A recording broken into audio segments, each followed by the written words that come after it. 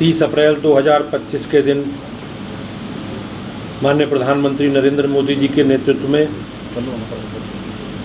राजनीतिक विषयों की कैबिनेट समिति ने निर्णय लिया है कि जातियों की जनगणना को आने वाली जनगणना में सम्मिलित किया जाए। यह इस बात को दर्शाता है कि वर्तमान सरकार देश और समाज के सर्वांगीण विकास के हितों के लिए प्रतिबद्ध है। कांग्रेस की सरकारों के द्वारा हमेशा जातिगत जनगणना का विरोध किया गया है। आज़ादी के बाद की गई सभी जनगणनाओं को जातियों की गणना नहीं की गई। आज़ादी के बाद पहली बार प्रॉपर सही तरीके से जनगणना के साथ जातिगत जनगणना कराई जा रही है।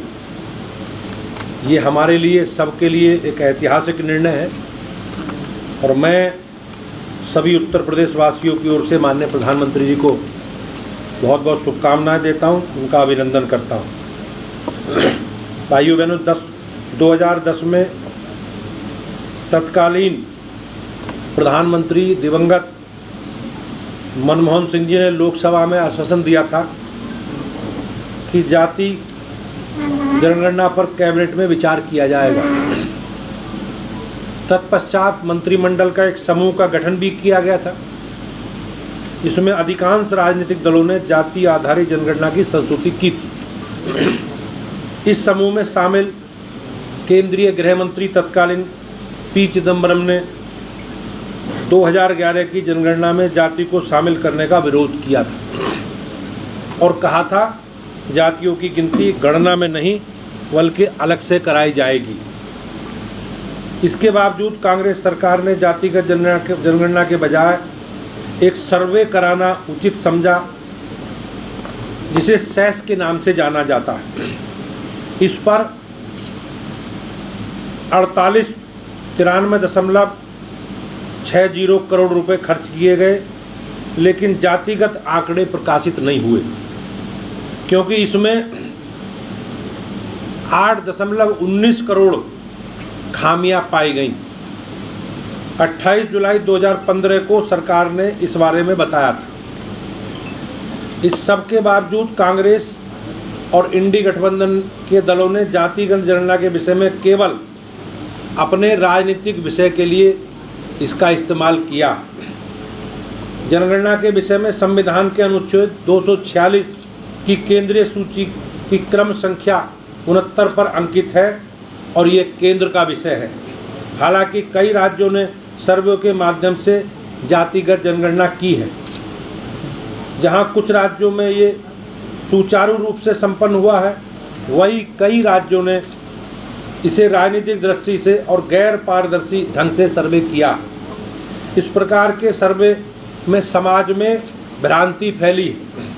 मोदी सरकार की जातिगत जनगणना कराने के निर्णय से ये सुनिश्चित होगा कि आर्थिक और सामाजिक दृष्टि से समाज मजबूत होगा और देश की प्रगति निर्बाध रूप से चलती रहेगी। इन सब परिस्थितियों को ध्यान में रखते हुए, ये सुनिश्चित करते हुए हमारा सामाजिक ताना बाना राजनीतिक दबाव में न आए, ये जरूरी था कि जातियों की गणना एक सर्वे के स्थान पर मूल जनगणना में ही सम्मिलित होना चाहिए। इससे पहले समाज में जब गरीब वर्गों को 10% आरक्षण का प्रावधान किया गया था, समाज के किसी भी घटक में तनाव या विरोध उत्पन्न नहीं हुआ। भारतीय जनता पार्टी ने कभी जातिगत जनगणना का विरोध नहीं किया। भारतीय जनता पार्टी ने बिहार में भी जातिगत जनगणना का समर्थन किया है। आदरणीय गृह मंत्री अमित शाह जी ने कई मौक़ों पर स्पष्ट किया है कि भारतीय जनता पार्टी जातिगत जनगणना के पक्ष में है। 18 सितंबर 2024 को गृह मंत्री अमित शाह जी ने जनगणना पर बोलते हुए कहा था कि इस संबंध में सरकार के फैसले को जनगणना की घोषणा के समय सार्वजनिक किया जाएगा। कांग्रेस, आरजेडी या किसी भी इंडी गठबंधन के सरकार ने जातिगत जनगणना नहीं कराई। कांग्रेस की ओर से कर्नाटक में जातिगत सर्वे कराया गया है, जिसे आज तक सार्वजनिक नहीं किया गया। वैसे भी कांग्रेस की सरकार ने जो जातिगत आंकड़े जुटाए थे वो सर्वे के आधार पर थे, उसमें वैज्ञानिक प्रक्रिया का अभाव था, इसलिए उस डेटा पर विश्वास नहीं किया जा सकता। जातिगत जनगणना समाज के साथ ही संभव हो सकती है। 2011 की जनगणना के बाद 2021 में जनगणना होनी थी, लेकिन कोरोना जैसी वैश्विक महामारी के कारण जनगणना नहीं हो पाई है। अब जनगणना प्रारंभ हो रही है और उसके साथ जातिगत जनगणना भी उसी के साथ होगी।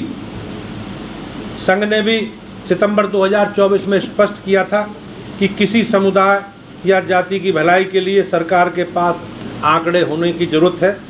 इससे पहले भी हो चुका है, लेकिन सिर्फ समाज की भलाई के लिए इसका उपयोग किया जाए।